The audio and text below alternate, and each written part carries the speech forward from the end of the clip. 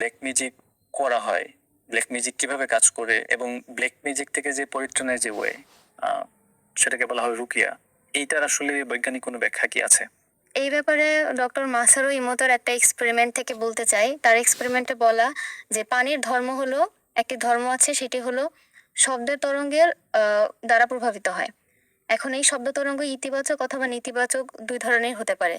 তো তিনি দেখলেন যে ইতিবাচক শব্দ তরঙ্গ দ্বারা প্রভাবিত করার পরে সেই পানির ক্রিস্টাল অনেক সুন্দর হয় এবং নেতিবাচক শব্দ তরঙ্গ পানির উপর পড়লে সেটার ক্রিস্টাল অনেক বিকৃত হয়। তো তার এই আবিষ্কারের পরে ডক্টর জেরাল্ড পোল্যাক তিনি বললেন যে মানুষের দেহে 28 লিটারের মতো ইজেড ওয়াটার আছে। মানুষের দেহের এই পানীয় পজিটিভ এবং নেগেটিভ শব্দ তরঙ্গ দ্বারা প্রভাবিত হতে পারে। অর্থাৎ কারো সামনে যখন রুকায়ার তেলাওয়াত করা হয় বা কোনো দোয়া করা হয় বা কোনো ইতিবাচক শব্দ ব্যবহার করা হয় তখন সেটা তার উপর ইতিবাচকভাবে প্রভাব ফেলে। আবার যখন ব্ল্যাক ম্যাজিক করা হয় বা তন্ত্র পড়া হয় তখন সেটা তার উপর নেগেটিভ ভাবে প্রভাব ফেলে। তো এখান থেকে বোঝা যাচ্ছে যে বৈজ্ঞানিক দিকটা বোঝা যাচ্ছে মানুষের দেহের ভেতরের পানি এভাবে কানেক্টেড হয় ওই নেতিবাচক অথবা ইতিবাচক শব্দ তরঙ্গ দ্বারা। ওকে।